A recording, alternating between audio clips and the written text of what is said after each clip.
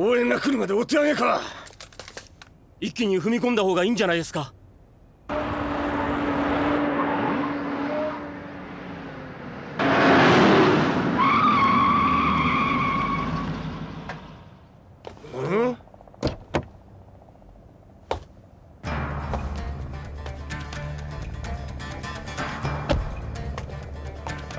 抵抗してるのかね、ガーナーは。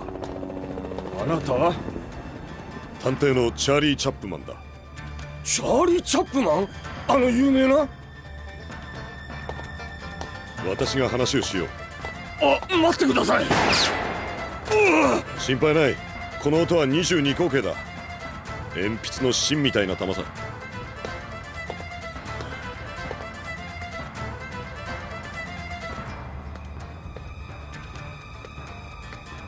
ガーナー、ガーナー、話がある。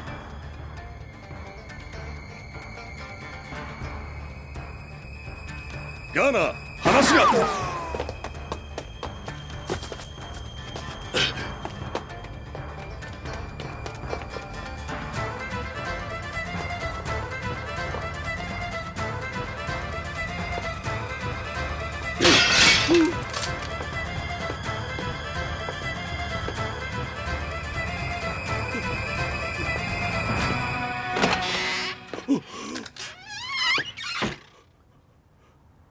誰だ誰だ。お前が。俺はドーフマンをやってない。俺はヒロなんだ。おお、来るな。誰かにはめられたんだ。誰かって誰にはめられたんだ。誰だかは知らない。しかし俺がドーフマンと話をしていた時に突然何者かが彼を撃ったんだ。動くなって言ってるだろう。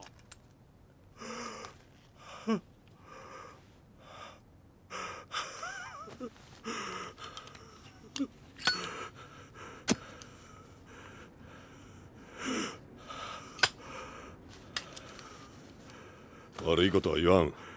出頭して裁判を受けろ。バカな。俺の言うことなんか誰が信じるもんか。間もなく囲まれる。もう逃げられんぞ。死んでやる。22口径で自殺できると思うのか。弾丸は頭蓋骨と脳みそを貫通し反対側から出るだけだ。あんたはひどく不自由な状態で残りの人生を過ごすことになる。本気で死ぬつもりならもっとでかい銃にしろ。そいつをしっかり口の中に入れて歯で固定するんだ。角度も大切だ。とにかく脳みそを後ろの壁にぶちまけるぐらいでなくちゃ。ここはライフルか何かないのか。人生はやり直しが効くと思うか。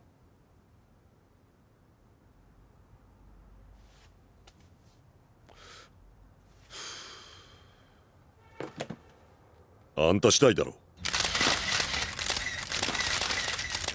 チャップマンさん、今度も警察に先んじて凶悪犯を捕まえましたね。市民の義務ですよ。ガーナーとドーフマンが共犯関係にあったというのは本当ですか。ノーコメント。職業上の秘密です。自殺しようとしたガーナを説得なさったとか。ノーコメント。ミスター・チャップマン、お世話になりました。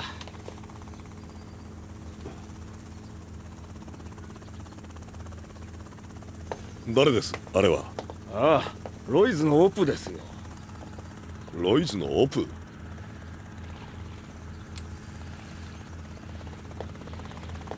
やっぱり太一じゃないか。よう久しぶりだな。チャーリーチャップマン。元気そうだな。そうか、お前ロイズの保険調査員をやっていたのか。君は今や世界で一番有名な探偵だな。何、マイク・ハマーってほどじゃないがな。しかしガーナーの隠れ家をどうやって突き止めたんだ。この家はもともとドーフマンの持ち家だったんだ。ちょっと勘を働かせればわかることさ。何か困ったことがあったら俺に連絡してくれ。ああ、ありがとう。まあもっともこの事件はこれで解決だがな。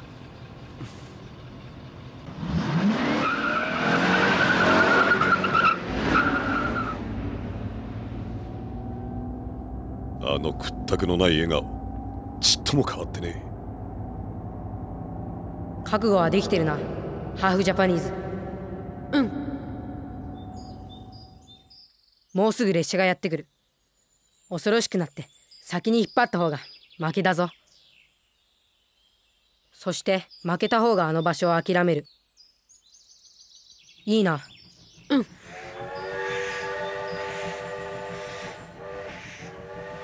たぞチャーリー。お前たちは隠れてろ。頑張れよチャーリー。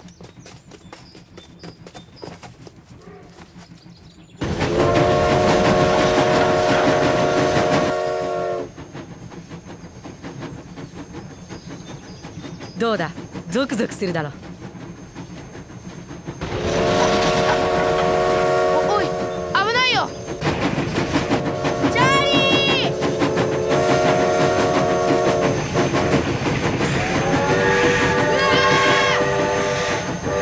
ママ。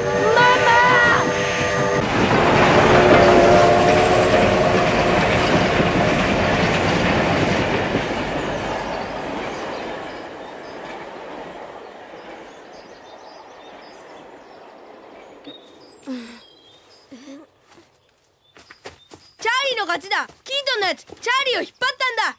やったー。でも向こう側にはいないぞ。知ってるよ僕。列車に行かれると死体は跡形もなくなっちゃうんだ。うわ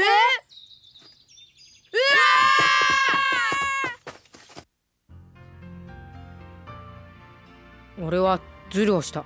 列車が来る直前、お前の方へジャンプした。約束通りこの場所はお前にやる。俺たちは二度とここでラグビーの練習はしない。ありがとう。しかしどうしてあんなにしてまでここの場所を守りたかったんだ？だってとても綺麗じゃないか。綺麗？この遺跡もこの海も。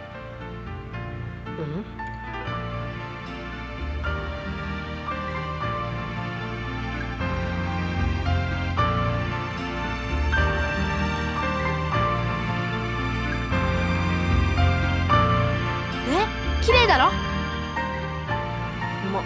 まあな。今日から俺のことをチャーリーと呼んでいいぞ。僕は太一だ。それであんな太一、列車が突っ込んできた時俺が叫んだこと覚えてないよな。ああ、マンマって言ったことかい？大丈夫、二人だけの秘密だよ。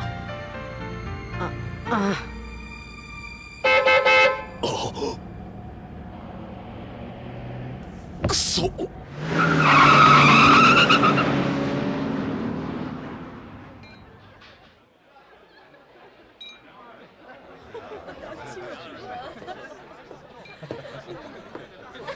こう見えても美しいものには目がなくて。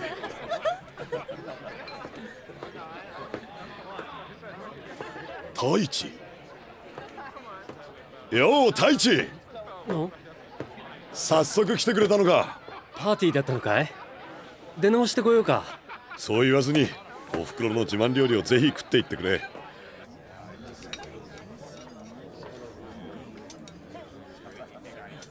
さあさあ皆さん、たくさん召し上がっとくれ。俺のおふくろだ。そういえばお前おふくろは初めてだったな。チャーリー、口に物を入れて喋るんじゃないよ。お客さんに失礼だろ。それになんだいその手は。ちゃんと洗えってあれほど言ったのに。ああ、分かってるよ。じゃあ皆さんどんどんおかわりしてくださいね。まったくいくつになってもおふくろにはかないませんな。さてでは例の事件についてお話ししましょうか。それは画商エドワード・ドーフマンが開いた妻ジャネットとの結婚5周年パーティーでの出来事でした。突然鳴り響いた一発の銃声、ジャネットは客を制し、控えの間のドアを開けました。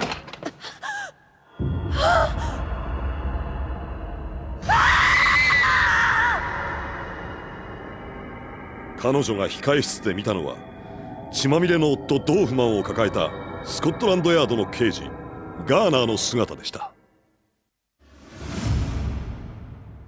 私はドーフマンの母親から犯人の捜査を依頼されました。ガーナーは警察の事情聴取でこう証言しました。私はドーフマンと個人的な話をしていた時、突然反対側のドアが開き、何者かが彼を撃ったんです。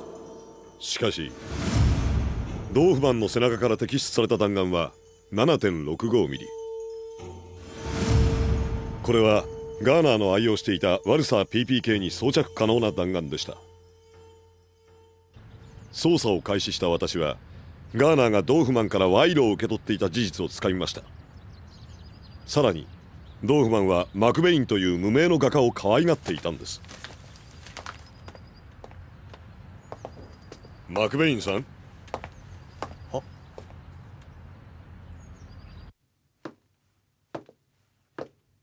ほう、これはなかなかいい絵だ。いや、それほどでも。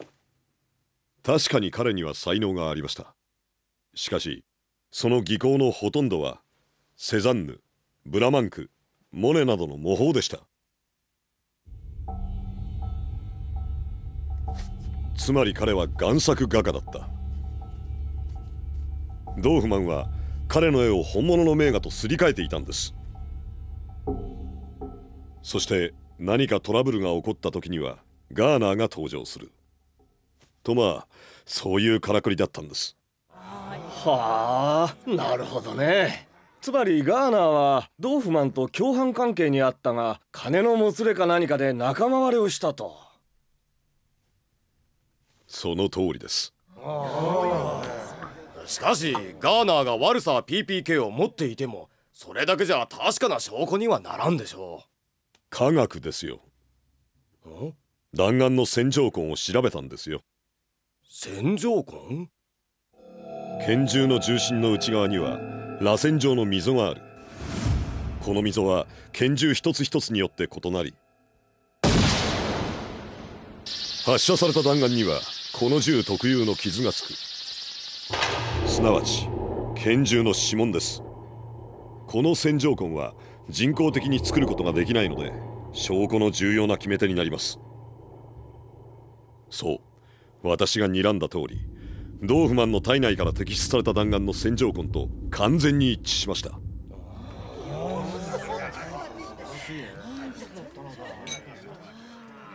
というわけだ、太一。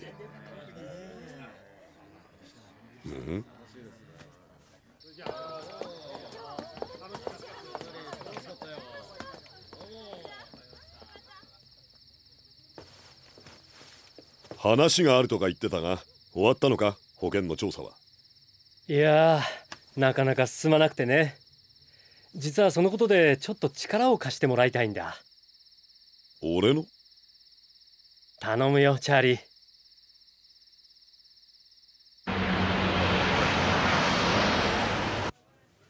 頼みってのは警察への口利きだったのかよ。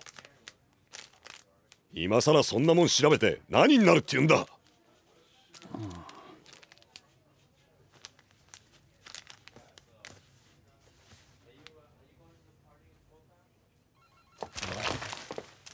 チャーリー、この筒状になったなめし革はどこで見つかったんだい？パーティー会場の庭だ。これ何か塗ってあるみたいだけど。グリースさ。グリース？私の悪さ？どこかに置きっぱなしにしていたことはありませんか？そうだな。チェスターの隠れ家に置いていたことがあったかもしれないな。寝るときはいつも机の引き出しの中に入れておくんだが。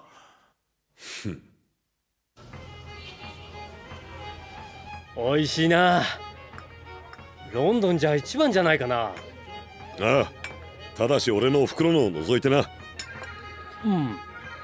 確かに君のおふくろさんの手料理は美味しかったもんな。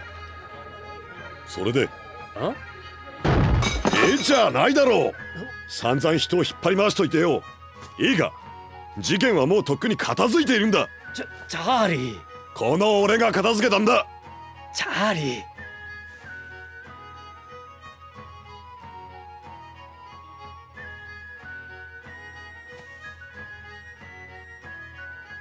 くそ、も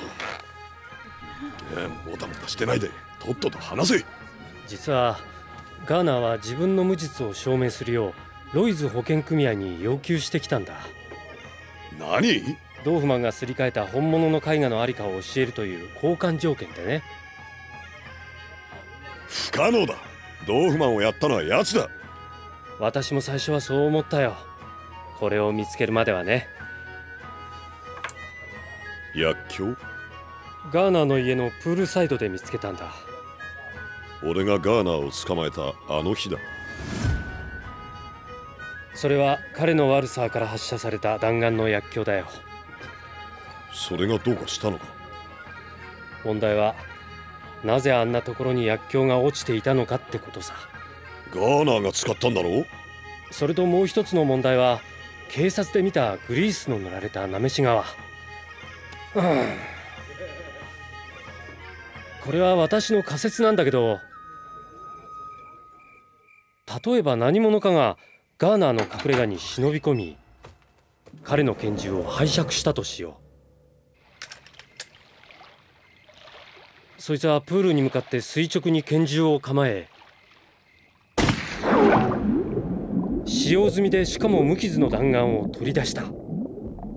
そしてその弾丸にグリースを塗ったなめし革を巻き、ワルサーより口径の大きい拳銃に装填し、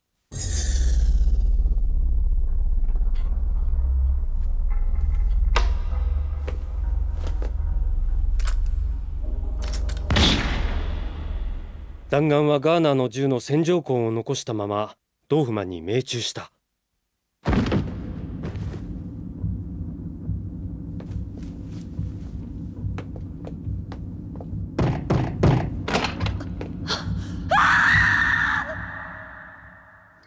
だが犯人は逃げる途中、うっかり弾丸に巻いていた筒状のなめし革を落としてしまった。バカな。じゃあもし他に犯人がいたとして、一体誰がドーフマンを殺したって言うんだ？おそらく身近な人間に薬莢を使わない旧式の銃を持っているやつがいると思うんだけど。薬莢を使わない旧式の銃？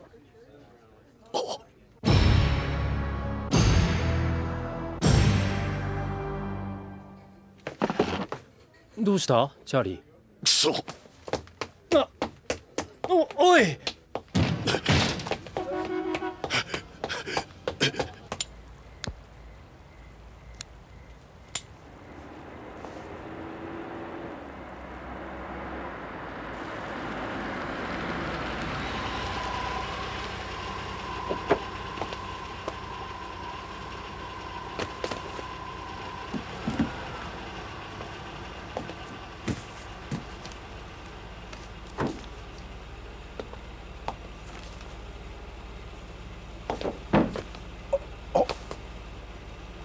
こんな時間にご旅行ですか、ミスター・マクベイン。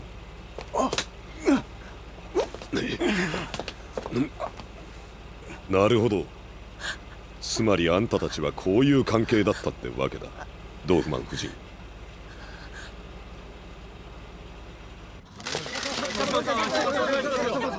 これで本当に事件は解決ですね。どうしてあの二人が真犯人だと分かったんですか？またノーコメントですか？何か話してくださいよ。あ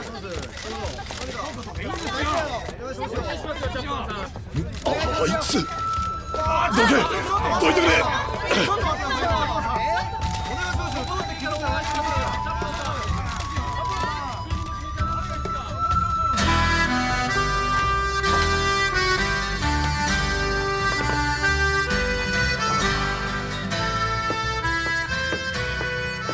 あ、おかえり。座ってないで早く着替えなよ。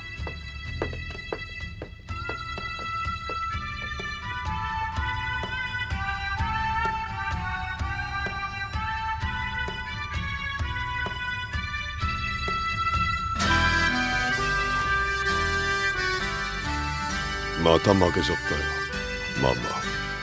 何ブツブツ言ってんだ。早く手を洗っといで。夕飯だよ。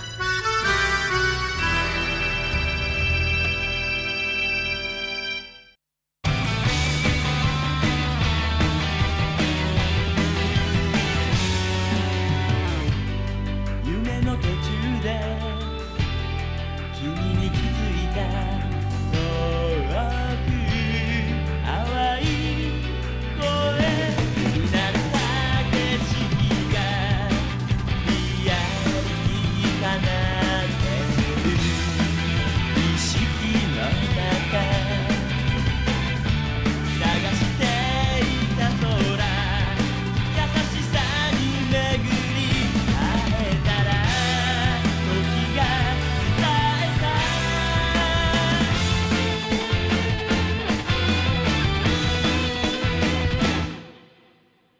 まだ白い景色を風に揺れて歩いてく。ただこの手の中に触れていたくて、いつまでも夢ながら。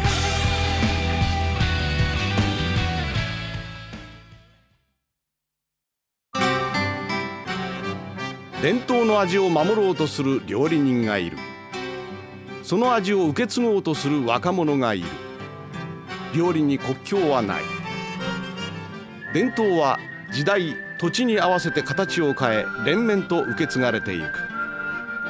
いつか世界中に広がるために。次回特別なメニュー。